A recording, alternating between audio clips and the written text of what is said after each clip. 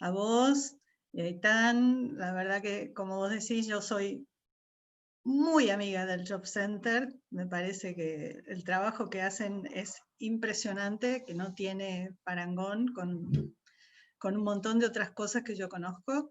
Ni hablar de, bueno, del profesionalismo de Andrea, de Aitán. No se puede, o sea, eso ya es absolutamente Vox Populi. Así que nada, les agradezco un montón la confianza. A todos ustedes, bienvenidos, bienvenidas. Les agradezco también la confianza y bueno, esperemos no defraudar. Es así esta cosa. Bueno, voy a compartirles pantalla de una presentación que les preparé. Si quiero que me cuenten, me levanten los deditos a ver si me escuchan bien todos, así más o menos voy. Eso. Cuando el problema de los Zoom y las pantallas es que cuando tengo que mostrar la pantalla realmente no puedo verlos a ustedes ni ver sus reacciones, así que me van a disculpar porque me encanta siempre interactuar con mi gente, con mis asistentes y mis participantes, pero esta vez, bueno, vamos a hacer lo mejor que podamos. Así que nada, vamos a empezar a compartirles la presentación. Ahí estamos. Vale. Entonces, la idea de hoy es hablar de las crisis y de estos dichos populares que tienen tanta razón a veces, en otras no, pero me parece que es así, es que efectivamente no hay mal que dure 100 años y como sigue el dicho, es mi cuerpo que lo resista, ¿no? ¿Y por qué le puse este nombre? Creo que porque de alguna manera nos permite hablar de dos cosas. Uno, del mal. Y mal me refiero a las cuestiones que no andan bien. No me refiero al mal como el evil en inglés, ¿no? Y también me permite hablar del tiempo. Y si hablamos de crisis, sí o sí tenemos que hablar del tiempo, ¿ya? Si hablamos de crisis, hablamos de identidad, hablamos de cambio. Siempre la variable tiempo, estamos nosotros atravesados por las variables de tiempo y espacio, como seres humanos que somos y seres vivientes que somos. Entonces, partiendo de esa premisa, vamos a comenzar hablando de... A ver, espera que no la puedo... No veo... ahí está. Vamos a hablar entonces de lo que es la identidad. ¿Por qué hablo de identidad? Porque estamos hablando de personas, y por lo tanto, si hablamos de personas, estamos hablando de distintos yo's, yoes o yo's. Yo soy tal o cual.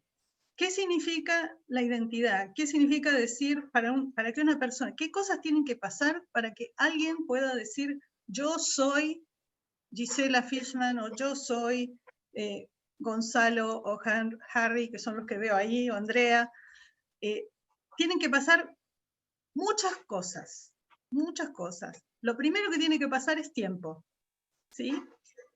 Lo primero que tiene que pasar, obviamente, es que haya una concepción de un ser humano, etcétera, todo lo que ya sabemos, ¿ya?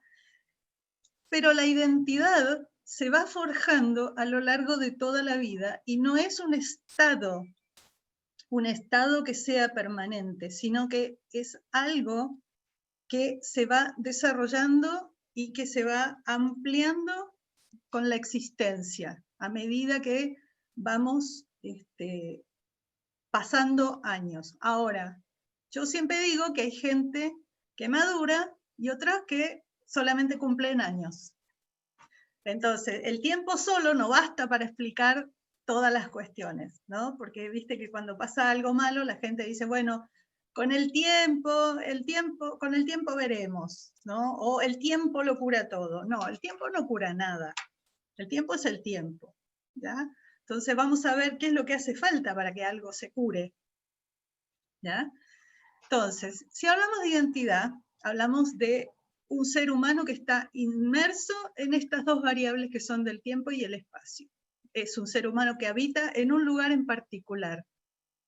Entonces, ese lugar en particular en el que habito ¿tiene alguna influencia en cómo yo me voy a forjar como ser humano? ¿En quién voy a ser yo? Seguro que sí. Es lo mismo nacer en un templo budista en el Tíbet que nacer en Atacama. Evidentemente que no.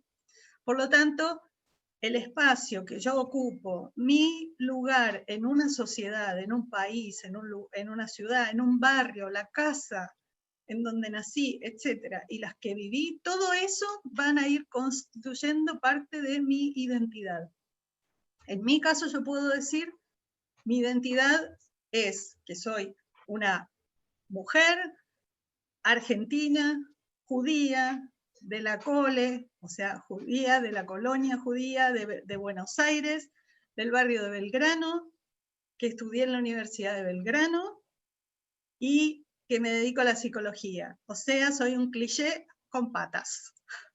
Un cliché argentino ambulante, porque somos demasiadas las que hacemos eso.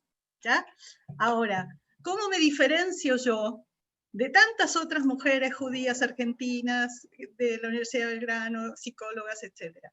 Bueno, me diferencio porque viví en ciertos lugares y porque en mi vida me han pasado montones y montones de cosas, de las buenas y de las otras. Y todas esas cosas que han pasado me han forjado como la persona que soy hoy. Para bien o para mal, le guste al que le guste, ¿ya? Lo cual implica que soy un proyecto en desarrollo. Y creo que los humanos, todos los humanos somos así. Y si hablamos de un proyecto en desarrollo, para que haya un desarrollo tiene que haber un cambio, ¿no? El desarrollo no puede existir en un estado de permanencia, pero sí necesita continuidad, que no es lo mismo, ¿sí? Entonces, ¿qué es la identidad? Uno podría decir que es una ecuación que se resuelve entre la continuidad versus la discontinuidad en el tiempo y el espacio, ¿no? Y el desarrollo humano, uno pensaría que es nace, crece, se reproduce, muere. Puede ser, pero hay muchos que no se reproducen. Hay otros que nacen, no crecen, se mueren. ¿Ya? Y hay otros que sí hacen todo el camino. Ahora, ¿qué hace la diferencia entre un humano que nace, crece, se reproduce y se muere y otro que hace lo mismo? Lo que hace es la historia que tiene y el contexto en el que se mueve y los vínculos que desarrolla a lo largo de su vida. El desarrollo humano, entonces, no es un desarrollo lineal, como no lo es casi nada en la vida. Es un desarrollo que si uno tuviera que describirlo, uno podría hablar de una espiral, en donde es como una escalera donde volvemos a pasar por el mismo lugar, pero en el piso superior. Cada vez vamos subiendo o subiendo. Ahora, puede pasar que a veces nos estanquemos, que haya una crisis y nos estanquemos. ¿Y qué significa estancarse? Significa que no puedo ni avanzar ni retroceder en la vida. ¿Ya? Entonces, ¿cómo hago para seguir siendo yo mismo? Para tener una continuidad que me permita decir, tanto a los 3, 4 años de empezar a decir yo, y después seguir diciendo lo mismo a los 80? Bueno, ese es el desafío constante de nuestras vidas, es mantener nuestra esencia, nuestra identidad a lo largo de toda nuestra vida, pero cambiando todo el tiempo porque la vida va cambiando, el mundo va cambiando, y entonces yo también tengo que cambiar. ¿Vale? Pero el desafío es cambiar, pero no perder la esencia de mí mismo. Y una de las cosas que te da la esencia es, ya vamos a ver, es, por un lado, encontrar el deseo propio. Esto es algo súper, les puede parecer algo quizás un poquito abstracto, pero es algo muy, muy, muy concreto. Encontrar el deseo es para mí fundamental, porque la gente que viene a consultarme es gente que está en un momento de su vida en el cual muchas veces no sabe lo que quiere. ¿Por qué no sabe lo que quiere? Bueno, ahí lo vamos a ver más adelante en la charla. ¿Ya? Entonces, el desafío es cambiar, pero seguir siendo yo mismo, o sea, mantener un core, mantener una esencia, pero cambiar lo que se pueda y haya que cambiar. Distintos tipos de crisis vamos a hablar, ¿no? Existen lo que llamamos las crisis vitales y lo que llamamos las crisis situacionales. Las crisis vitales son, por ejemplo, el pasaje de la niñez a la pubertad, ¿no? La pubertad es un periodo de crisis y yo podría decirlo por experiencia profesional, creo que es la etapa más difícil de toda la vida de un humano, la pubertad. Y es donde cuando las cosas no funcionan bien, se empiezan como a sentar las patologías que luego más adelante se van a desarrollar en la adultez o en la adultez joven. Entonces hay que tener mucho ojo con los púberes, porque cuando los hijos llegan a la pubertad, lo que pasa es que dejan de ser niños y entran en el mundo de la sexualidad. Y eso es algo que las familias no se lo bancan muy bien, no todas. Cuanto más disfuncional la familia, más difícil bancárselo. Entonces, ¿qué significa? Que empiezan a entrar en crisis las familias también. Se empiezan a separar los matrimonios. Si ustedes se fijan, muchos de los matrimonios que se empiezan a separar, lo hacen cuando sus hijos empiezan a los 11, 12, 13 años, cuando empiezan a entrar en la pubertad. Esto es algo, no puedo decir que sea un conocimiento científicamente aprobado por todo el mundo, pero les puedo decir que en mi experiencia y en las cosas que he estudiado, esto en terapia familiar, esto es algo muy, muy frecuente. Ya. La otra crisis vital es cuando uno, por ejemplo, sale de la universidad y sale a trabajar, después cuando se casa, después cuando uno tiene hijos. Esa es una crisis importantísima. Aunque sea algo positivo, ¿se puede llamar crisis? Me podrían preguntar ustedes. ¿Por qué llamar crisis a tener un hijo, que es algo tan positivo? Bueno, porque es un cambio de situación y vamos a ver cómo definimos la crisis y después me van a entender. Después la crisis, por ejemplo, la crisis del nido vacío, y para los hombres muchas veces la crisis de los 40, de la mitad de la vida, ¿no? Que se compran la Harley, como acá los chicos de la película. Y después hay otras crisis, esas son crisis que nos afectan a todos los humanos, ¿sí? Y de distintas maneras, son crisis normales, pero que cuando hay ciertas disfunciones, las personas pueden quedar pegadas en una etapa, en una de estas etapas, y no haber hecho el duelo correspondiente para pasar a la siguiente etapa. En las crisis situacionales tienen que ver, como lo dice el término, con cosas más bien externas a uno, ¿no? Por ejemplo, tener un jefe, un problema laboral, que muchos de los que estamos acá, bueno, en algún momento de la vida seguramente vivimos o estamos viviendo o estuvieron viviendo alguna dificultad a nivel laboral, y eso te genera una crisis, porque si vos estuviste trabajando, no sé, 10 años en una empresa y estabas camiseteado a full, y de repente un día para el otro te cambian el jefe y te ponen un jefe tóxico y que te empieza a hacer la vida imposible, te empezás a cuestionar toda tu vida de atrás para adelante. Y empezás a decir, a ver, soy yo, es él, ¿qué será? ¿Qué hago? No puedo dejar este trabajo porque si me echan me quedo sin trabajo y no puedo sostener a mi familia. O sea, la cantidad de consecuencias y cuestionamientos que puede tener eso es enorme. Otra situación, por ejemplo, otra crisis situacional puede ser, por ejemplo, una enfermedad importante, grave en la familia, que eso genera también una crisis que requiere de una adaptación o readaptación de todo el grupo familiar e incluso movilizar recursos externos como pueden ser los vecinos, instituciones como por ejemplo, no sé, un hogar de ancianos o un montón de cosas así. Otra crisis situacional puede ser un divorcio, ¿ya? Para los hijos. que lo viven como, obviamente, como una crisis, sobre todo cuando hay un divorcio destructivo. O un duelo, que haya fallecido alguien, también implica entrar en una crisis junto con el duelo correspondiente. Y el coronavirus es la que estamos viviendo ahora, la más tremenda de todas las que estamos viviendo ahora, de las crisis situacionales. A mí me encanta este dicho, no sé quién lo dijo, lo escuché, lo leí, no sé dónde, pero me fascina porque creo que describe muchísimo la manera en que uno puede tomar la crisis. Porque si a todos les pasa lo mismo, uno podría decir, bueno, pero encuentro confort, encuentro consuelo en el hecho de que a todos les esté pasando lo mismo. Pero está el otro dicho que dice mal de muchos, consuelo de tontos. Entonces, ¿de quién es? ¿Quién es el que tiene la razón ahí? No sé.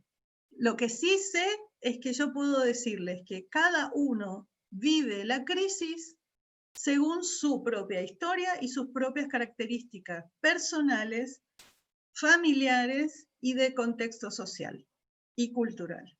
¿Ya? Entonces, la tormenta es la misma para todos, sí, pero cada uno está en un barco distinto. Entonces, no la capeas de la misma manera si estás en un botecito a remos que está con un agujerito por donde el que entra el agua, que si estás en un, ¿cómo se llama? En un acorazado. ¿Ya? Ahora, el acorazado puede ser un Titanic, sí, puede pasar, perfectamente. Pero es muy importante, no es tan importante la crisis en sí, sino con qué recursos cuento yo internamente y de contexto para afrontar esa situación que es que nos pone en un riesgo que puede ser vital o en un riesgo emocionalmente demasiado difícil de sobrellevar, etc. Nuestra crisis durante el principio de la pandemia, aparte del tema de era la bolsa a la vida, y sigue siéndola para muchísima gente, ¿no? Entonces, ¿qué es? ¿Qué hacemos? ¿Salimos a trabajar, nos arriesgamos a exponernos, o nos quedamos en casa, cerramos todo, pero no comemos? Entonces, o sea, es una disyuntiva imposible. Por eso el nivel de estrés que tenemos las personas a nivel global, mundial. Esta pandemia es una catástrofe de la cual todavía no dimensionamos para nada, ni siquiera ínfimamente las secuelas que puede llegar a dejarnos tanto a todo nivel, económico, social, pero ni hablar a nivel de la salud mental individual. ¿Ya? ¿Cómo vamos? ¿Alguien quiere hacer alguna pregunta, algo? Mejor paso a la próxima y después de ahí vemos si hacemos Como alguna tú quieras, Gisela. Paso a la próxima y de ahí vemos. Ok, si alguien quiere preguntar algo, puede escribirlo en el chat también, Eso, ¿no? sí, porfa. Bueno, ahora sí nos vamos a meter más específicamente en tema. Hablábamos de la temporalidad. Y cuando hablamos de temporalidad, hablamos de lo que permanece en el tiempo y de lo que no permanece en el tiempo, ¿ya? O lo que muta. Puede ser estabilidad, cambio o muerte, que ese es un cambio también, y que vuelve a la estabilidad, que es a la inercia, al cero, ¿ya? La homeostasis. Nosotros supongamos que estamos en una época de nuestra vida en la que estamos relativamente estables, así podríamos llamarlo, ¿no? ¿Y a qué llamamos estable? Bueno, si tenemos, no sé, tenemos una familia, estamos en pareja, estamos casados o juntados, pero estamos en una relación afectiva estable, tenemos hijos que están sanos, nosotros estamos sanos, cada uno de nosotros tiene su trabajo, nos llevamos relativamente bien con la familia, con la suegra tal vez hay algún quilombito, pero se zafa, vamos más o menos bien, tenemos nuestros amigos, lo pasamos más o menos bien, pero resulta que mi marido o yo me quedé sin trabajo. por ejemplo. O resulta que yo estoy muy bien, pero mi mamá o mi papá se enfermó y es mayor y tengo que cuidarlo y no sé qué hacer.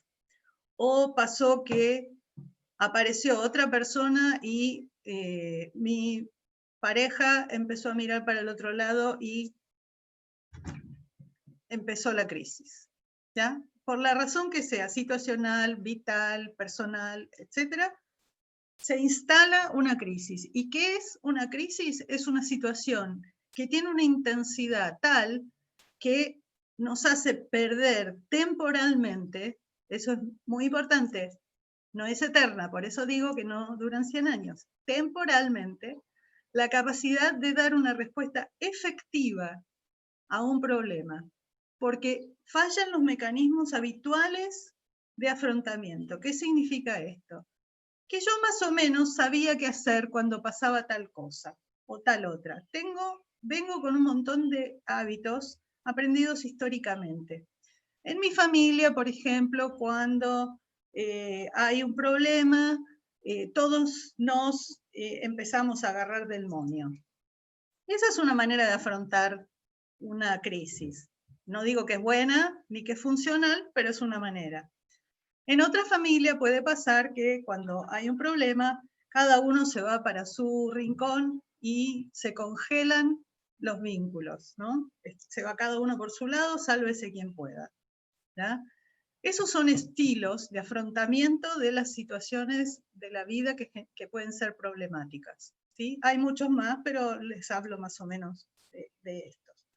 Entonces, supongamos que yo sé, vamos a poner un ejemplo así bien más picante para ver si les interesa más. Supongamos que yo tengo una pareja y en algún punto yo sospecho y sigo sospechando que mi pareja me engaña. Y veo cositas, pero utilizo un mecanismo que se llama negación o en algunos casos renegación.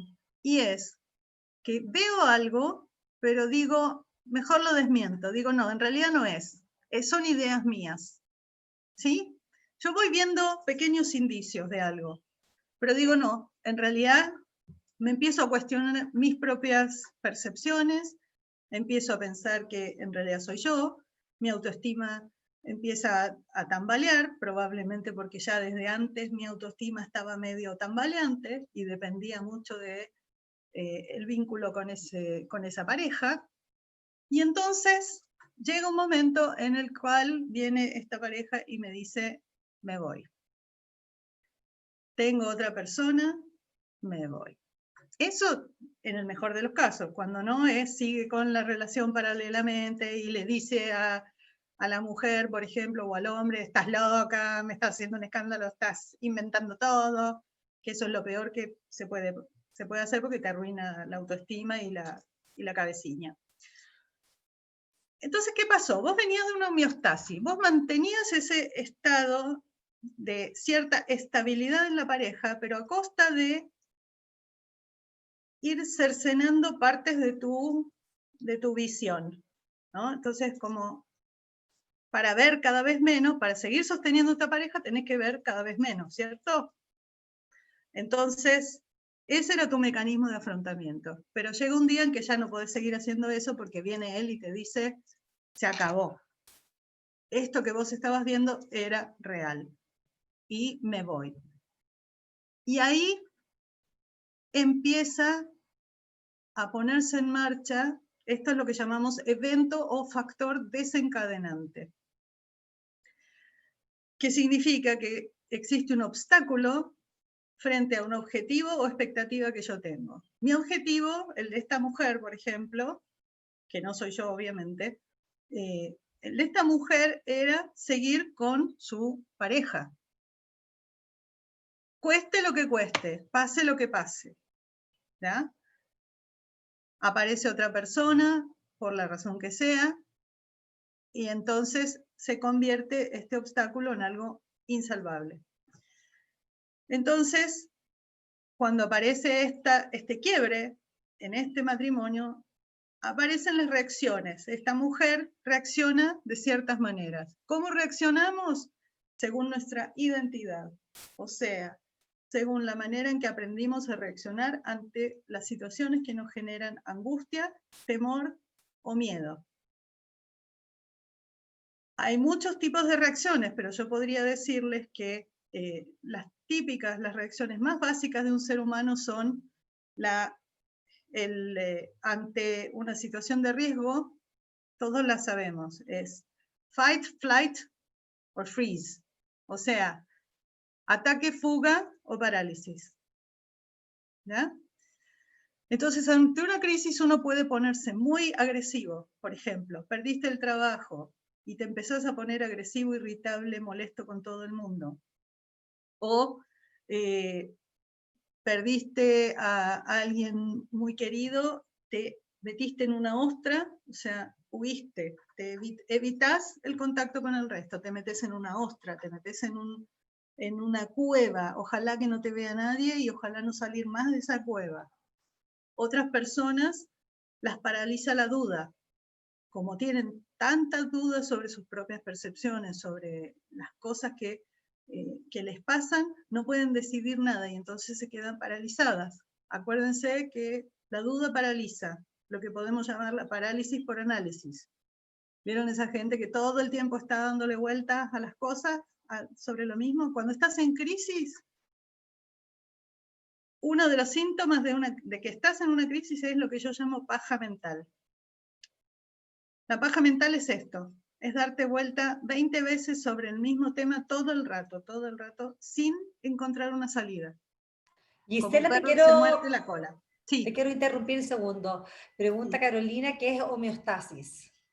La homeostasis es el equilibrio, la búsqueda del equilibrio. ¿Ya? Entonces, en la homeostasis hay dos fuerzas que se mantienen en el mismo equilibrio. Y esa es una lucha permanente que tenemos en la vida, a nivel biológico, a nivel social, a nivel personal, emocional. Estamos siempre luchando contra la vida en tensión con la muerte, por ejemplo. ¿Ya? La estabilidad versus el cambio.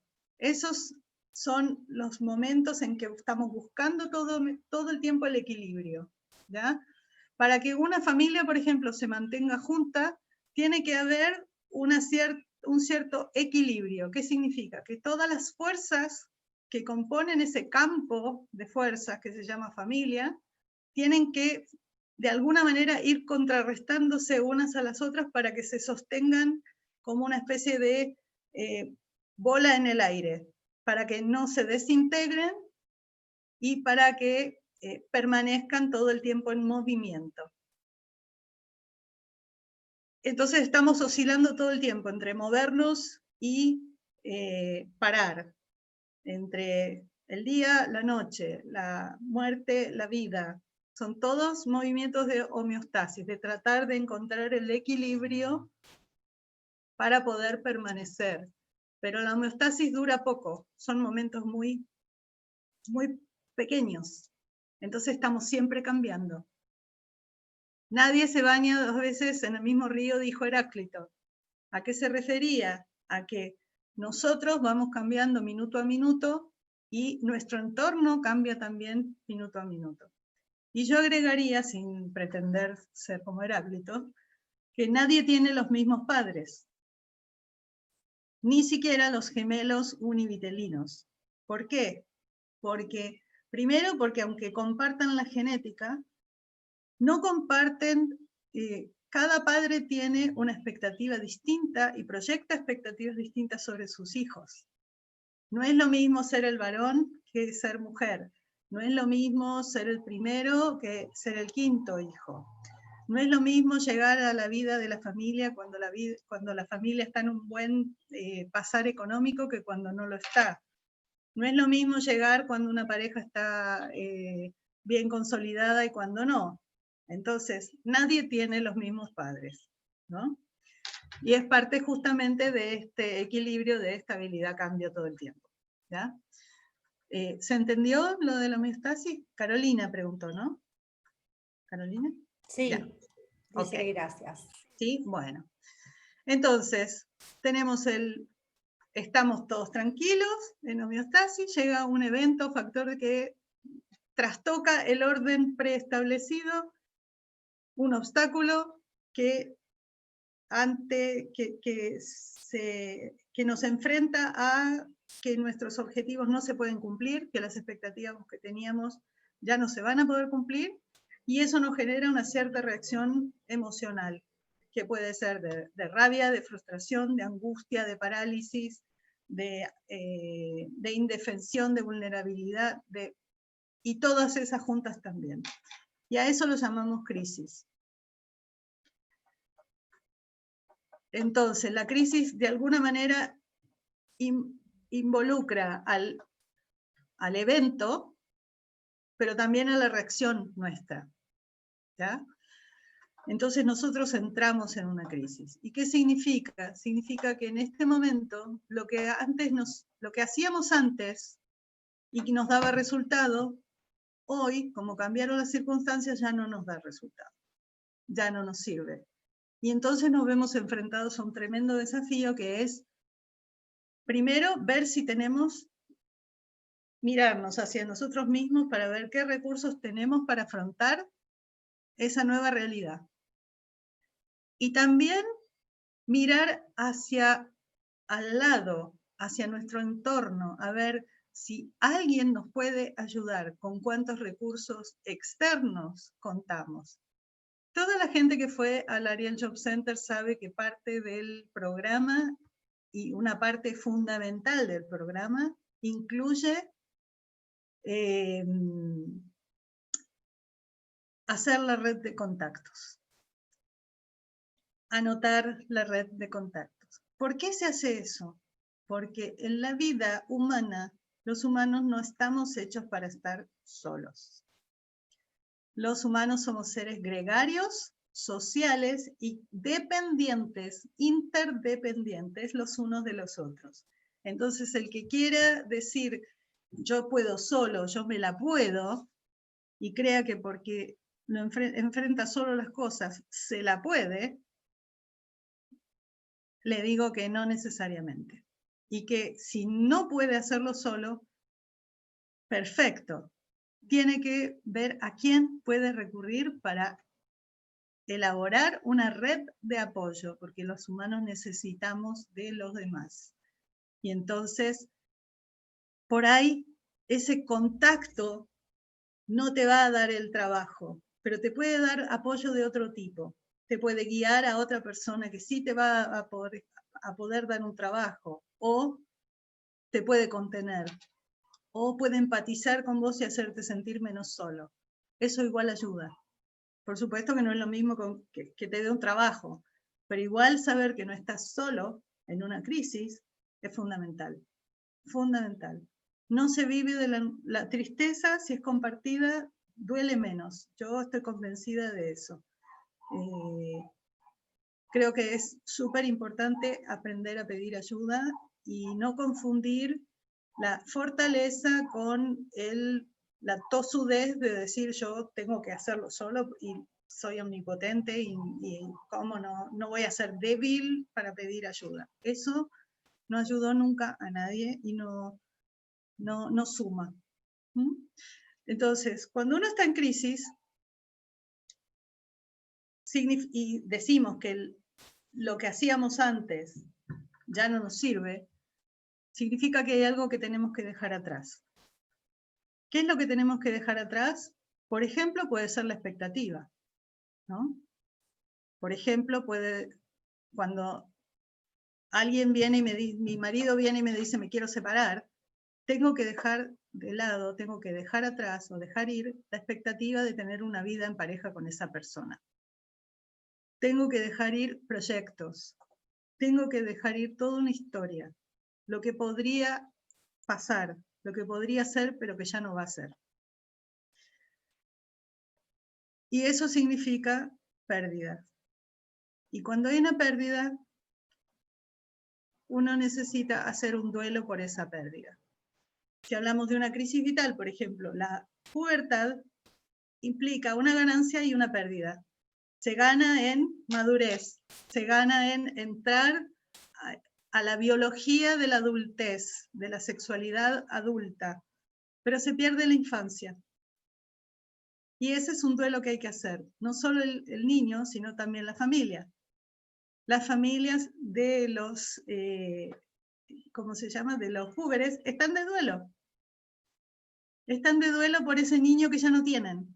Ese niño que era maravilloso y que creía que éramos lo mejor del mundo y lo máximo en la vida, ahora nos mira con desprecio y nos dice, na cachai, na. ¿Ya? Ya les va a tocar a los que no les tocó y a los que les tocó y ya salieron, me entienden perfectamente. Todo eso Gisela, es un duelo. disculpa, te quiero interrumpir. Gloria pone un mensaje en el chat. Lo voy a leer, dice: hola a todos, Gisela consulta, llevo 8 meses sin trabajo, remunerado, casado, 2 hijos de 10 y otro de 13, mi esposo sigue trabajando. Respecto a este cambio de mi situación, además de la pandemia actual, hay días que siento estar estancada, sin ánimo de nada, baja de energía, y al otro vuelve el optimismo. Fluctuaciones tan rápidas son parte normal de la crisis o algo de homeostasis como indica. Espero haberme explicado. Perfecto. Me gusta mucho, no tu situación, por supuesto, pero me parece que es un tremendo ejemplo de esto que hablábamos en esto que dice reacción conductual emocional biológica. O sea, de repente hubo una crisis, hubo algo que te cambió tu estado de bienestar o más o menos bienestar, malestar, etcétera, actual, y lo empeoró. Y entonces sentís que hay una pérdida y empezás a reaccionar como reacciona cualquier ser humano ante la pérdida. Y es o angustiándose, o asustándose, pensando qué va a ser de mí sin esto o esta persona, sin esto que tenía y que ahora no tengo. O te enojas, mucha gente también se enoja en vez de sentir la pena o el miedo. El enojo sirve para enmascarar muchas veces la angustia, la pena y el miedo. Entonces, cuando uno ve a alguien muy, muy enojado, uno también tiene que preguntarse, tratar de superar esa barrera de la rabia que te da verlo enojado y que se ponga agresivo, y empezar a pensar a qué le tiene miedo esta persona. O qué pena tiene esta persona que está enmascarando esta rabia. ¿Ya? Pero esto que estás sintiendo, Gloria, es absolutamente esperable y normal en cualquier situación de crisis. ¿Cuándo habría que preocuparse de estos cambios de ánimo y fluctuaciones? Si esto sigue mucho tiempo. Si esto se recrudece, si esto es algo de lo cual es una situación que permanece mucho tiempo mucho en el tiempo. Si no, es una reacción normal a una situación de crisis y a un duelo que hay que hacer. ¿Ya? Entonces, esto también pasará. Lo bueno y lo malo va a pasar, pero hay que hacer el trabajo. Hay que hacer la pega, como dicen acá. ¿No? Las cosas no pasan por sí solas. Uno dice, el tiempo lo cura todo. Ahora retomo lo que había dicho antes. El tiempo no cura nada. Si vos te hiciste una herida en un dedo, el tiempo no va a curar la herida.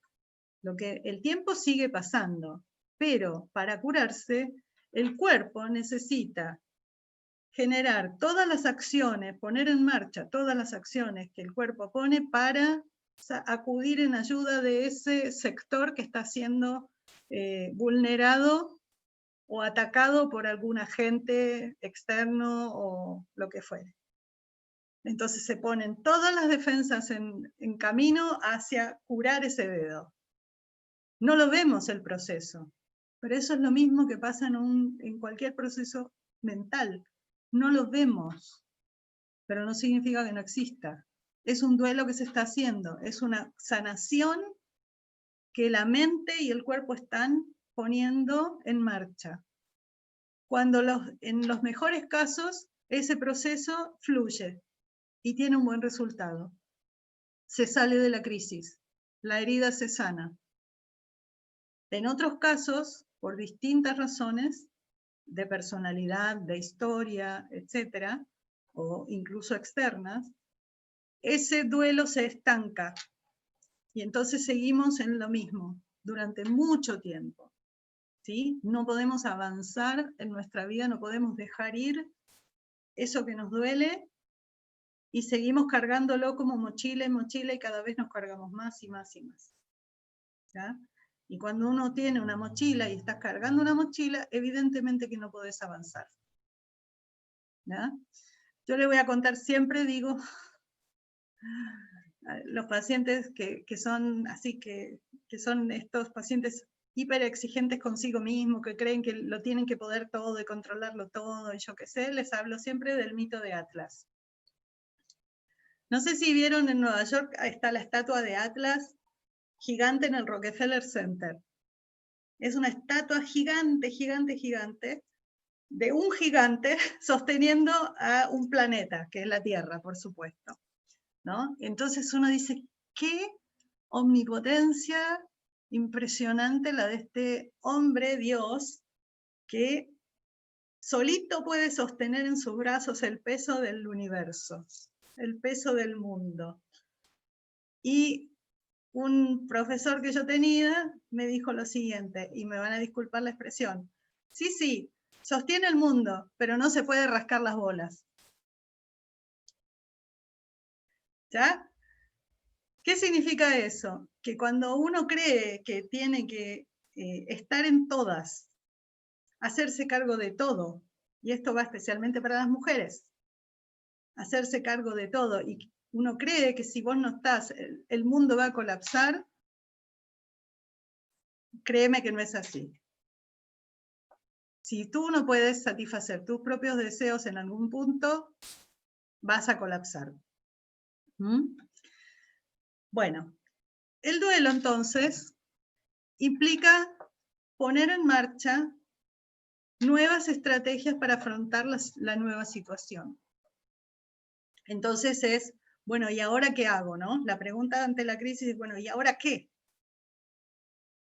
¿Y ahora qué significa? Bueno, no sé, tendré que reordenar, tendré que, si me separo y tengo hijos, tendré que ver qué hago con toda mi situación logística, con lo económico, con qué hago con la pelea o no que pueda tener con mi ex, cómo manejo a los chicos. Son millones de cosas que se ponen en marcha, que son nuevas y para las cuales probablemente no estábamos preparados. Y eso puede ser súper abrumador, ¿no? Pero uno también puede, en esos momentos se da cuenta de con quién cuenta y con quién no. Y eso también es muy esperanzador y muy potente, lo que pasa cuando uno se da cuenta que no está solo. Entonces, vas aprendiendo estas nuevas estrategias y vas aceptando la realidad. El problema nuestro es que la mayoría de las veces nos peleamos con la realidad que no nos gusta. Si lo que está pasando no coincide con lo que yo esperaba, con mi expectativa, hay gente que no puede soltar esa expectativa y se pelea con la realidad y dice, no, esto no es así, no puede ser así, no va a ser así, y me quedo estancado hasta el día hasta el día del arquero, porque yo no quiero que sea así. Y hasta que no sea como yo quiero, no voy a hacer nada. Esa es una actitud. Eso frena el cambio. Cuando hay un duelo de verdad, existe una aceptación de la situación. Bueno, esta es la nueva realidad que yo tengo. Ya no estoy casada, o ya no tengo a mi ser querido que falleció, o ya no estoy más en esta empresa, tengo que buscar otra cosa. Y una vez que acepto eso, y no con resignación, sino con aceptación, que significa sin rabia, sin pena, sin nada de eso, sino como un hecho de la vida, un hecho tan simple como que el sol sale por el este y se pone por el oeste, y eso no me genera ninguna emocionalidad en particular. Recién ahí puedo decir, bueno, ahora puedo buscar nuevas herramientas, ahora puedo cambiar. Y con esas nuevas herramientas genero cosas diferentes, resultados diferentes. Eso es el cambio. Y lo sostengo por un tiempo hasta que entro en una zona de homeostasis y después otro y otro y así. Preguntas, ¿cómo vamos? ¿Se aburren? ¿No se aburren? ¿Qué? No los veo, así que me intriga mucho ver esas caras. Estamos todos sonrientes. ¿Están todos sonrientes? Estamos todos ok, así, levanten. ¿Alguien quiere hacer alguna pregunta? ¿Alguien quiere hacer algún comentario? Aprovechar, en el fondo, que efectivamente quisiera nos pueda dar su opinión. Si alguien, o por chat, o levanta la mano virtual y damos la palabra. Así que, si no, Gisela, sigues. ¿Qué hacemos? ¿Seguimos? Vamos, sí, espérame. Verónica está, deja leer. Verónica dice, ¿y si esa rabia o esa molestia, en vez de externalizarla, se asume como crítica y culpa hacia uno? ¿Autocrítica o culpar al otro? Vero, ¿puedes abrir el micrófono para que le puedas responder a Gisela? Sí, hola Gisela. Hola, Vero. Como te escuchaba, tú mencionabas que uno de los factores encadenantes puede ser el ataque y la culpa hacia lo que estaba ocurriendo. Mi pregunta es si esa culpa o esas quejas ¿cómo se puede interpretar cuando uno la lleva hacia uno mismo? No como autocrítica, porque en general cuando es autocrítica uno sale más fortalecido, sino que cuando se somete a algo permanente con crítica hacia uno mismo y hacia el accionar de uno. Autorreproche. Eso, autorreproche, esa es la palabra. Gracias. Sí, sí, pero yo te quiero hacer una pequeña modificación a esto que vos dijiste. Igual, y mil gracias por la pregunta, porque me parece que es fundamental. La autocrítica está sobrevalorada.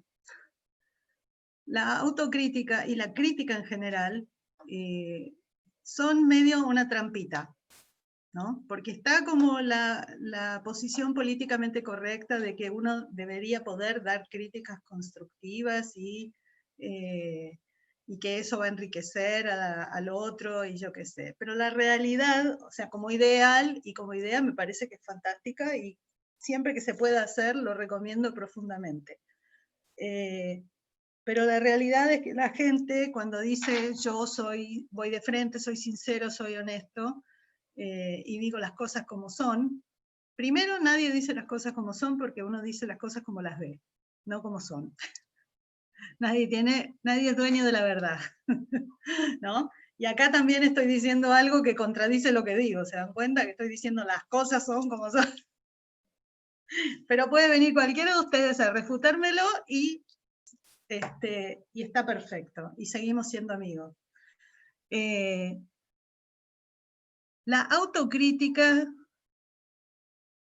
como todas las cosas, la crítica, la autocrítica, cuando son moderadas sirven y cuando son excesivas no sirven. Y cuando están ausentes tampoco sirven, ¿no?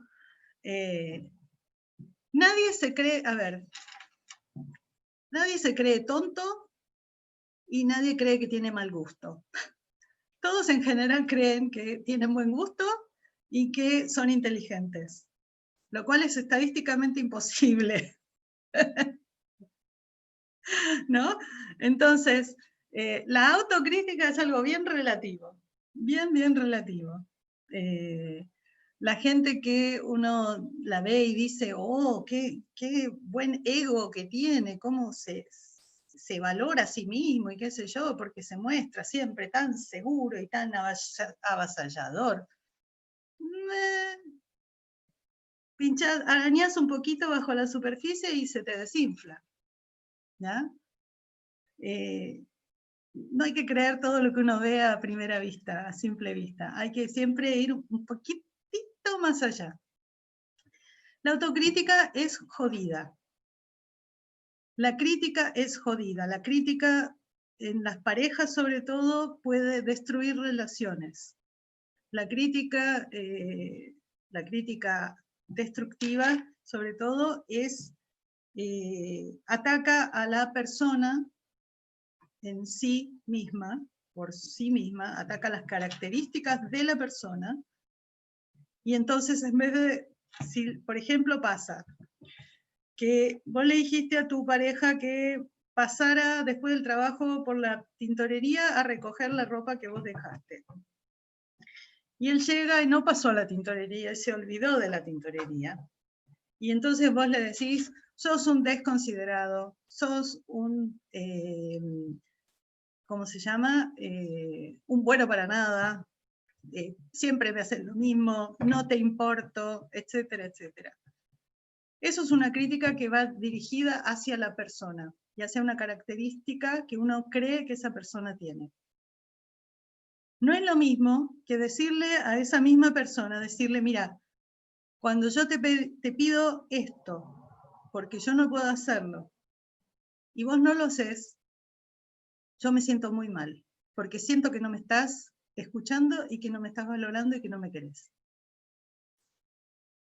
Y ahí no lo estás atacando a él, sino que estás diciendo que estás desconforme con su conducta, con lo que él hace, no con lo que él es. Y cuando hablamos de autocrítica es lo mismo. La mayoría de nosotros tenemos una instancia en nuestra psiquis que se llama super yo, que yo le digo que es esa bruja o brujo interno, que esa vocecita así jodida que todo el tiempo nos está diciendo que no servimos para nada, que nunca vamos a lograr las metas que tenemos, que siempre nos van a faltar 5 centavos para el peso, que nos castiga cada vez que cometemos un error y dice, pero sos un estúpido, pero ¿cómo fui tan idiota? ¿Cómo soy así? Esa? Eso es el autorreproche, eso es la culpa y eso es el brujo o bruja interno que cada uno tiene que no te permite avanzar. Tenemos que querernos un poquito más, pero sobre todo ser más compasivos. Para mí la palabra compasión cada vez es más importante en mi vida. Hay que aprender a tener compasión, no desde el sentido religioso, sino de compadecerse del otro, de perdonar los errores, nadie es perfecto, no somos máquinas, y siempre que nos mandemos una cagada, básicamente, tenemos que hacer algo para repararla. Pero no basta con que o le echemos la culpa al otro, lo critiquemos, o nos culpemos a nosotros mismos y nos quedemos en eso. Gisela, cuando hay errores se pueden reparar. Ya. Sí, no. Me fui No, de tema. está bien.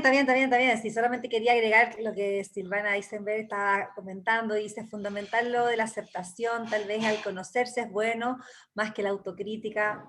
Muy de acuerdo, compasión y autocompasión, ¿no? También como comentarios también te lo estaba mencionando. Sí, gracias. Sí. Bueno,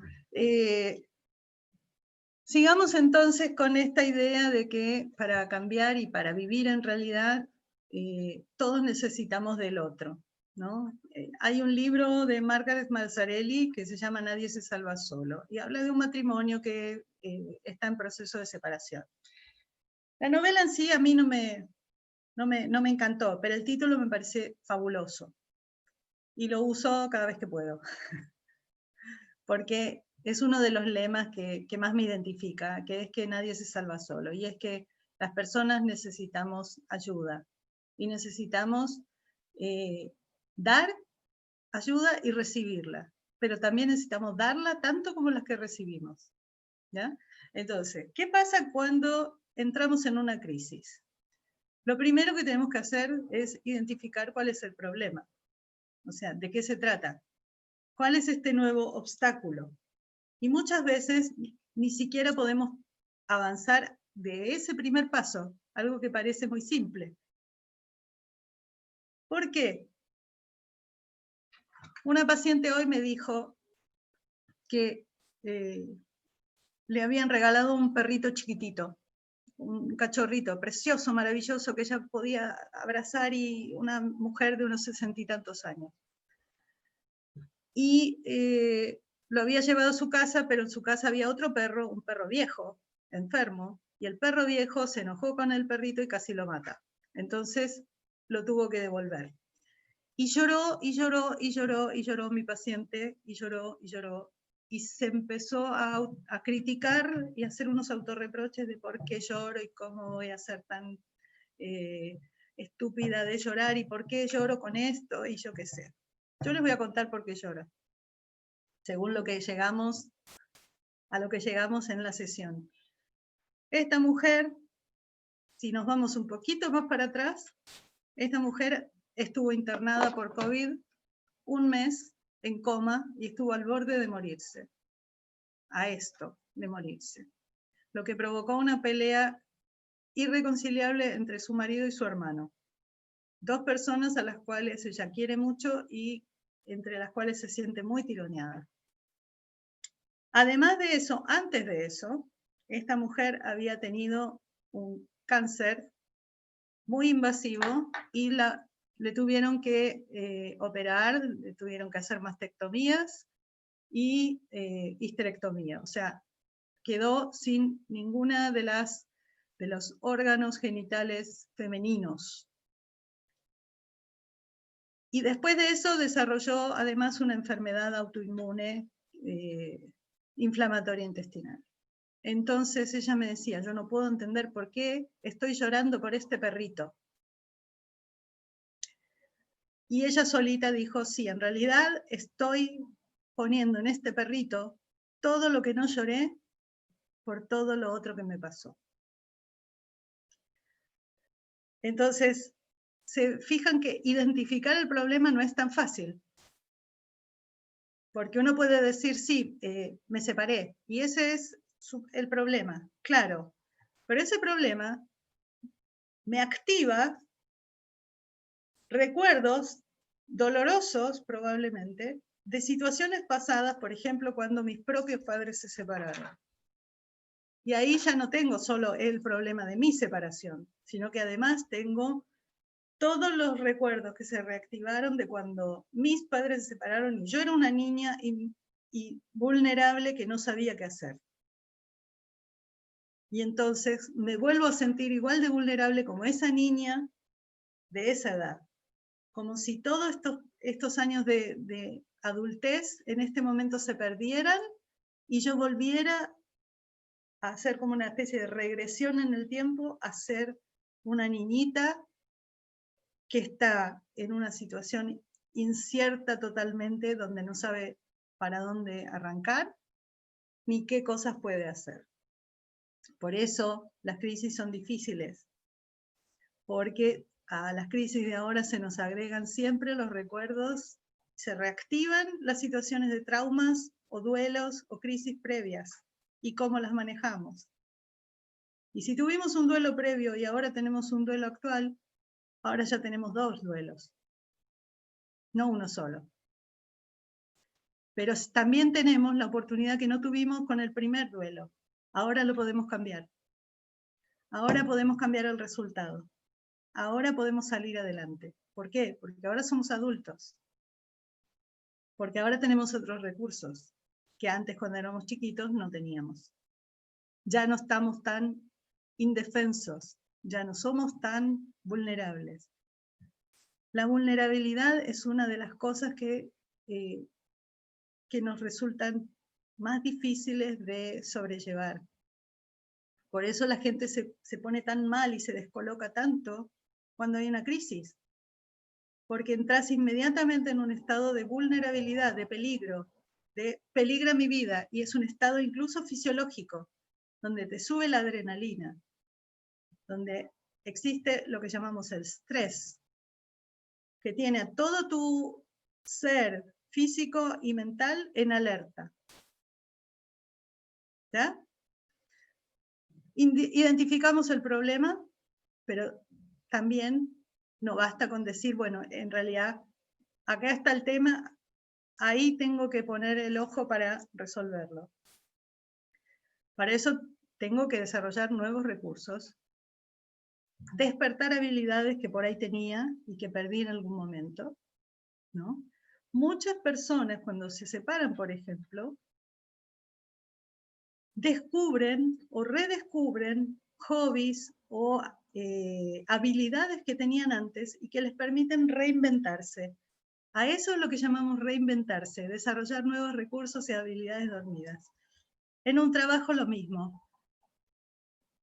Te quedaste sin un trabajo en ventas, pero resulta que al final te quedaste sin ese trabajo y te sentís que estás en medio de la nada, te quitaron la alfombra debajo de los pies, ¿y qué vas a hacer? ¿Y a dónde voy a ir? ¿Y por dónde voy? Pero resulta que cuando era chica, a mí me gustaba cocinar, pero después con el tiempo lo dejé. Pero estoy sin trabajo ahora y digo, bueno, a ver, ¿y qué pasa si empiezo a hacer, por ejemplo, estas cosas ricas que yo cocinaba y que a todo el mundo le encantaban? ¿Habrá alguien que me las compre? Y empezás a desarrollar esta habilidad que estaba dormida, hasta que te pones, por ejemplo, un servicio de catering o armas un restaurante o lo que sea, whatever. Eso pasa muchísimo, pero muchísimo. Gente que además se da cuenta en ese momento en que pierde lo que tiene, se da cuenta que lo que está perdiendo igual no es lo que él quería o ella quería. Eso es fundamental, porque a veces perdemos algo y creemos que sin eso no podemos seguir viviendo. Y entonces hay que encontrar algo distinto. Y ahí es donde entra el deseo. Ahí es donde yo digo, hay que encontrar tu propio deseo. ¿Y qué es tu propio deseo? Lo que te hace vibrar, lo que te hace brillar, lo que te sale desde la tripa. Eso que vos decís, cuando lo hago, me siento que es como que se alinearan los planetas. ¿No? Encontré eso que le da un sentido a mi vida, un propósito. Cuando estás en crisis, el gran problema es que te sentís vulnerable, pero también sentís que el sentido que vos le dabas a tu vida ahora cambió. Ya no le podés seguir dando el mismo sentido. ¿Ya? De nuevo, las expectativas, que para mí son un punto absolutamente clave. Si mi expectativa fuera ser Freud, voy muerta. Es la receta para la frustración, porque no lo fui, no lo soy y no lo seré jamás. Ahora, si mi expectativa es vivir de mi profesión, hacer lo que me gusta, ayudar a las personas y además recibir una compensación que me permita tener el nivel de vida que yo quiero tener y además que me permita sentirme bien conmigo misma, pucha, eso no tiene precio. Encontré eso que me hace vibrar. Y yo puedo decir que sí, que eso es una de las cosas que me hace vibrar y que sí siento que ese es el propósito de mi vida. Dar estas charlas, atender a mis pacientes, escribir, ¿no? Difundir conocimientos de psicología, de sexualidad, de la que se habla tanto, poco y nada. Ese es uno de mis propósitos. Pero también uno de mis propósitos, por ejemplo, es ser mamá. Y otros más. Pero tengo que adecuar las expectativas. Si yo quisiera ser la mejor mamá del mundo, sería ridículo. ¿Quién mide eso? ¿Cómo se mide? Entonces, las expectativas no solo tienen que ver con nosotros, sino que tienen que ver con las pautas y valores culturales y sociales. Por eso no da lo mismo vivir en Tíbet que vivir en Nueva York, ni en Japón, porque lo que se espera de las personas es muy distinto. Y por lo tanto, lo que las personas incorporan como ideales propios es muy distinto. ¿Qué es el éxito en Hong Kong y qué es el éxito en Cuba? ¿Quién mide eso? ¿Ya? Entonces, ¿qué es el éxito? Es cumplir un objetivo que uno tiene, que le da sentido a tu vida y que además te permite aprender y contribuir a que los demás aprendan y se transformen. Para mí, eso es el éxito. Si lograste todas estas cosas, chao, date por pagado. Lo entendiste todo. ¿Ya? Entonces, ¿cómo se da el cambio? ¿Cómo se hace para cambiar? Todo depende de la manera en que uno aprendió a resolver las crisis. Y por lo tanto, es muy importante cuestionarse los modos en los que uno piensa, las creencias que uno tiene sin darse cuenta que las tiene. ¿Sí? Hay gente que está en una relación de pareja tóxica, por ejemplo, y cree, porque es lo que vio a lo largo de toda su vida en su familia de origen, cree que eso es una pareja. Ese es un modelo de pareja válido. Estar en una pareja donde el otro te maltrata, donde la relación se basa en el reparto de poderes, en donde uno lo tiene y el otro no, en donde uno puede aplastar al otro, y ambos creen que ese modo de vincularse es correcto. ¿Ya? Esa creencia viene de alguna parte. De alguna parte vos ni siquiera lo cuestionás que sea correcto. Hay tantas mujeres que vienen y que me dicen, yo ni siquiera sabía que estaba en una relación tóxica, ni siquiera se me había dado cuenta, ni sé lo que es una relación tóxica. Bueno, para eso hablamos de identificar el problema. Depende mucho salir de la crisis de la respuesta que tengamos de nuestros grupos de apoyo. Eso es fundamental. Acuérdense, nadie se salva solo. Pidan ayuda. Pedir ayuda no solo no te debilita, sino que te fortalece. Hay que aceptar la situación y la pérdida para poder hacer el duelo. Entonces hay que dejar de pelearse con la realidad. La realidad es lo que es. El corona existe. El corona, no me hablen de teorías conspirativas huevonas. El corona existe, yo lo he visto matar gente. He tenido pacientes al borde de la muerte, ha muerto muchísima gente, yo trabajo en una clínica y sé perfectamente que el bicho existe. No es pensamiento mágico, porque yo creo que no existe, no existe. El león te va a comer igual aunque vos seas vegetariano. ¿Ya? Entonces uno no se puede pelear con la realidad siempre se impone. Eso es algo que a mí también, otra de las frases que más me gustan, porque yo siento que de verdad que describe muy bien lo que sucede. La realidad siempre se impone, porque el sol va a salir por el este y se va a poner por el oeste, me guste a mí o no. Así que si yo creo que por haberlo deseado, alguien, por ejemplo, se murió solamente porque yo decía que se muriera, estoy equivocadísimo. Si se murió, es por otra cosa. Si justo coincidió el tiempo con que vos quisiste que se muriera y se murió, lamentable. Pero tendrás que dejar de lado tu omnipotencia y darte cuenta de que vos no sos el ombligo del mundo y que no todo depende de vos. Y no saben lo aliviador y maravilloso que es eso. Llegar a esa idea, ¿no?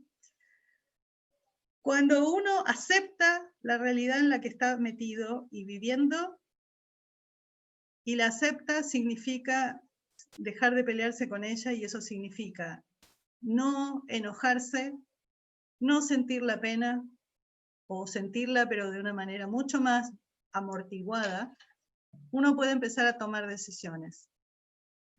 Se dice que la mente humana no tolera la ambigüedad, y eso es verdad.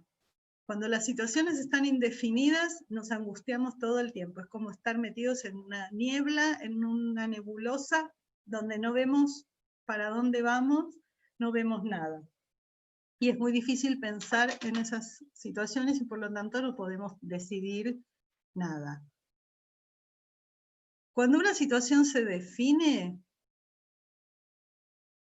para bien o para mal, ya sea que me guste el resultado, para el lado que se defina o no, lo que sobreviene es el alivio.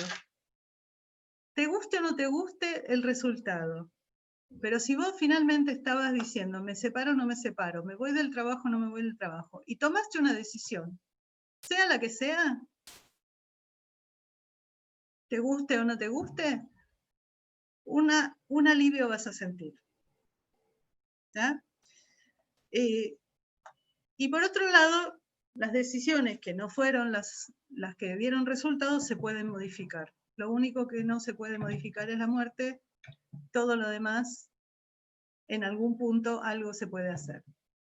¿Ya? Entonces, no hay que tener tanto miedo a equivocarse, ni latigarse tanto por las decisiones, malas decisiones que uno tomó, salvo que hayan hecho demasiado daño. ¿No? Ok. Hay un concepto de Viktor Frankl, no sé si lo conocen, es un sobreviviente del Holocausto, psiquiatra, pensador judío, que habla del optimismo trágico, que es un concepto que me parece súper importante, ¿no? Que de alguna manera uno sabe que cosas malas pueden pasar y van a pasar, pero ese optimismo implica que existe una cuota de confianza en los recursos que uno tiene y confianza en los demás, que no es una ilusión ciega, no es una cosa mágica ni omnipotente, sino que es una cosa muy realista, de decir, bueno, ok, en este momento las cosas están, peor no podrían estar, pero sé, aunque sea íntimamente, tengo alguna idea de que esto puede mejorar y de que algo voy a poder hacer para cambiar mi situación. Tomar decisiones, aceptar el duelo, aceptar las pérdidas, asumir que la situación es la que es y no la que yo quiero, permite que surjan nuevos recursos. Y con esos nuevos recursos puede aparecer la creatividad que estaba dormida o inhibida. La creatividad es maravillosa, porque es uno de los aspectos más sanos que tenemos los seres humanos y que nos permiten modificar nuestra realidad, incluyendo o integrándola con nuestra fantasía. En la creatividad se conjuga lo real con lo nuestro, el aporte del afuera con el adentro. Es, por ejemplo, cuando Miguel Ángel ve el pedazo de mármol y dice, acá hay una escultura. Su imaginación toma un pedazo de mármol que en sí mismo está ahí y no tiene ningún significado, y lo dota de sentido. Y eso es creativo, pero además le permite a él sacar de adentro cosas que él tenía. No sabemos cuáles. Todo eso fomenta lo que llamamos resiliencia. La resiliencia es la capacidad de un cuerpo de volver o de mantener su integridad a pesar de haber sido atacado por fuerzas extrañas. El cambio existe cuando el yo se termina de transformar. Entonces son momentos bisagra en la vida los de crisis. Son donde no hay vuelta atrás. ¿Sí? Es cuando vos decís, ya no puedo seguir siendo la misma persona. Tengo que hacer algo diferente, tengo que ser en algún punto diferente. Sin perderme a mí mismo, pero algo tengo que cambiar. Cuando la gente viene a terapia y me dice, yo quiero que todo vuelva a ser como antes, que nuestra pareja vuelva a ser como antes, por ejemplo, en las terapias de pareja. Quiero que nuestra relación vuelva a ser la de antes. Y yo le digo, primero no se puede, porque el tiempo no va para atrás, va para adelante. Y segundo, lo que era es lo que te llevó a donde estás ahora. Si volvés, tenés que volver a algo diferente. No podés volver a lo mismo. porque ya ninguna de las dos personas es la misma. ¿Ya? Hay cambio cuando el aprendizaje se incorpora y cuando es profundo realmente uno avanza y es difícil volver atrás.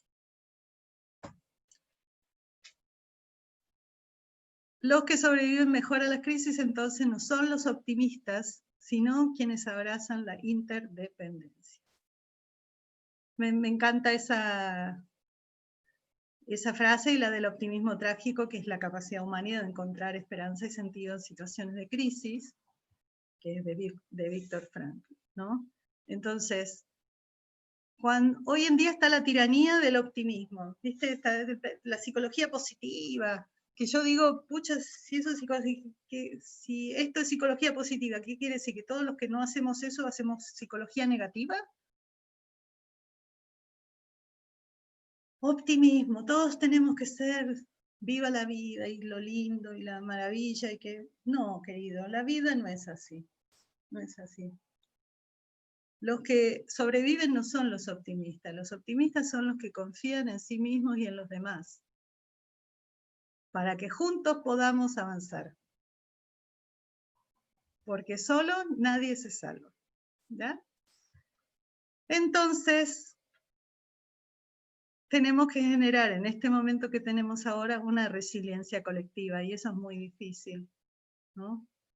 Pero el mundo está muy raro, muy raro.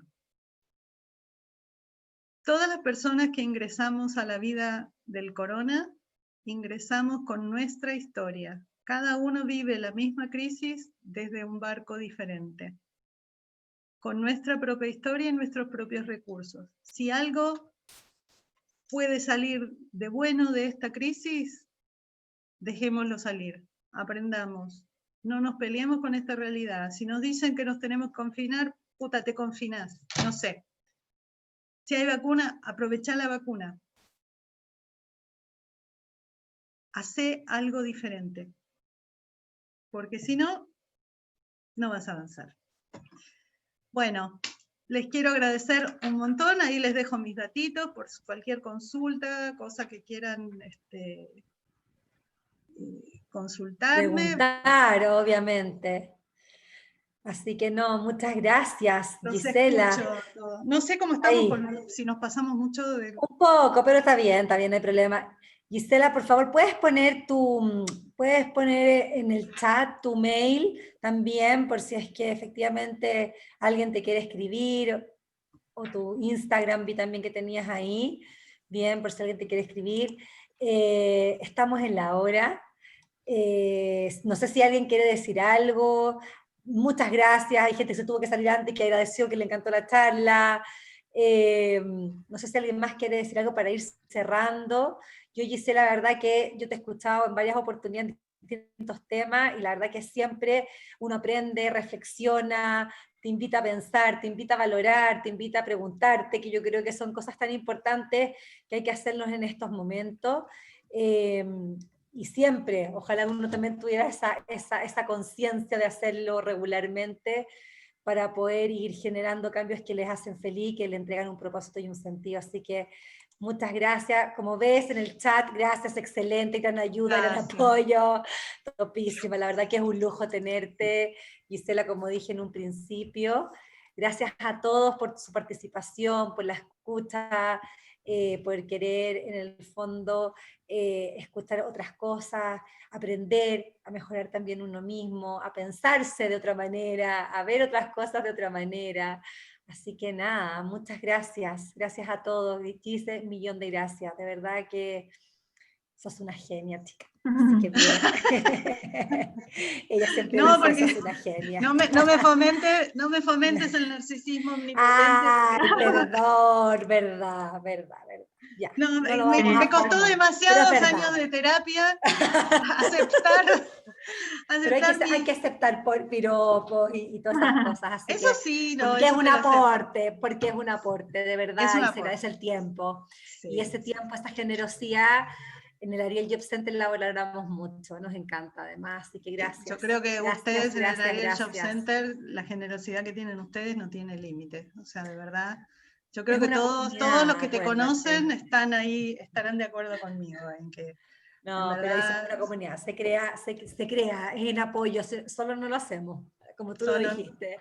No, se hace en conjunto. Así que gracias a todos, buenas noches. Muchas gracias. Así que gracias Disculpen, por este. Chao. Sí, ¿puedo sí, hacer una sí. consultita? Sí, ¿Una sí, consulta? Carolina, sí, por supuesto. Bueno, primero, muchas gracias por la charla, estuvo muy, muy buena. He pasado por algunas crisis, yo creo que todos hemos pasado obviamente por crisis, entonces como Obvio. que nos sentimos identificados igual en muchas ocasiones por el relato, a lo largo de la charla, de todo lo que conversaste. Y me gustaría saber si es que nos podrías recomendar alguna literatura relacionada con el tema, porque a mí me interesa muchísimo. Buena pregunta. Déjame pensarlo y te lo mando a través de Andrea. Voy a ya, ver qué Carolina, el opinión. nombre, de todas maneras, de Víctor Frankl, él me imagino que escribe del tema, ¿no? sí, El hombre en busca del sentido, se llama ese libro. Ah, ya, perfecto, ya. Sí, es conocido. Sí, No sí, leo, sí. pero no me da el tiempo de leerlo. Es un libro precioso. Sí. Es un libro Carolina, te dejo precioso. mi correo para que después me escribas, porque sí, Gisela te lo dejo en el chat también, ¿no? Ya. Bueno, muchísimas gracias. Muchas gracias a Déjame ti. darle una vuelta y a ver, pensar en alguna. Yo creo que las novelas, la literatura, bueno, una de las cosas que Andrea sabe de mí es que a mí me gusta escribir y que, bueno, algún día terminaré la novela que empecé, no, si es que puedo. Pero yo creo que hay novelas muy maravillosas y que todas las novelas hablan de lo que se llama el viaje del héroe, ¿no? En las películas, en las novelas. ¿Escucharon el concepto del viaje del héroe? No. Algunos No, sí, yo no. Joaquín dice que sí. El viaje del héroe es un concepto interesantísimo porque es justamente cómo se elabora una historia, ¿no? Hay un protagonista que tiene una vida X y que en un momento de la historia, generalmente al principio de la historia, es cuando se plantea esta situación que cambia, que lo desequilibra, que cambia que cambia su realidad. Y entonces toda la trama tiene que ver con ese camino, ese recorrido que hace el héroe hasta ver cómo se resuelve ese primer problema que se planteó al principio de la obra. Qué sé yo, en los policiales es, bueno, ¿quién fue el asesino? ¿No? En donde se empieza por el final. Bueno, hubo un asesinato, pero generalmente el camino del héroe sigue por varias partes. Por ejemplo, la vida como era, se presenta la vida del héroe, después aparece el problema, que es la interrupción de esta vida, y el paso siguiente en general es el héroe que no quiere convertirse en héroe. Es el héroe reluctante, no sé cómo se dice en castellano, como que el que evita ser héroe. Vieron que siempre, no, yo no quiero esto, yo no soy el salvador del mundo, dice Bruce Willis, o yo qué sé, dice, no, esto, yo no soy el que salva, ¿no? Es como que no acepta la tarea que se le encarga, ¿no? ¿Qué es lo que nos pasa a nosotros? No, yo no quiero esto, no lo quiero, no quiero esto, no quiero tener que hacer este cambio, no tengo que armar toda esta historia, esto, que lo haga otro, yo no soy. Y después todo el trayecto, el camino del héroe es cómo se va convirtiendo en héroe, que es qué cambios va haciendo en sí mismo para ir adaptándose a cómo resolver este problema que la vida le planteó, y qué recursos nuevos va desarrollando, a quienes conocen el camino, ahí tenemos los coprotagonistas, los antagonistas, el enemigo, el archienemigo, ¿no? Y uno podría decir que todas las novelas en algún punto hablan de crisis y de cambios, ¿no? Y hay algunas que lo hacen magistralmente, pero muy magistralmente. No sé, así se me ocurre las novelas de McEwan, de Ian McEwan, fabulosas, o sea, lo voy a anotar. Ian McEwan. qué sé yo, hay tantos autores tan maravillosos. La misma Biblia es un camino del héroe. Moisés, el héroe reluctante, el que no quiere ser el héroe, ¿no? El que la vida le asigna una misión mucho más grande que lo que su poder le permitiría, ¿no? Ya no puedo hablar, ¿cómo voy a hablar? No sé hablar, ¿no? Exacto. Pero es que primero ni siquiera tenía identificado el problema. De repente aparece ante su vida una realidad de la cual él no estaba enterado, de que él era hijo de una judía, de que era hijo de esclavos. Imagínense la crisis de identidad que tuvo que haber tenido Moshe. Eso es una bruta crisis de identidad. Ahora, claro, el tipo tenía otro que lo apadrinaba, entonces así es más fácil. Está bien, está bien. Ahí después tú me mandas y yo te lo mando, Carolina. Ahí mandé en el chat, Ya, ¿no? Mi correo, ahí está. No vi tu correo, no me lo mandaste. Míralo en el chat, está un poquito más arriba. Lo vuelvo. Ah, no, Gracias, espérate, Manuel. espérate, lo mando a todos, que lo mandé, perdona la Gloria, disculpa. Ahí. Ya. Ahí sí. Ya, súper. Ya, Gracias. ahí me lo. Ok, gracias. Que estén muy bien. Sí, muchas gracias. Muchas gracias. Gracias, totales. Gracias. Chao, que estén muy bien. Muchas gracias. Gracias. Chao. Chao. Chao, gracias. Chao, gracias. Muchas gracias. Igual. Chao.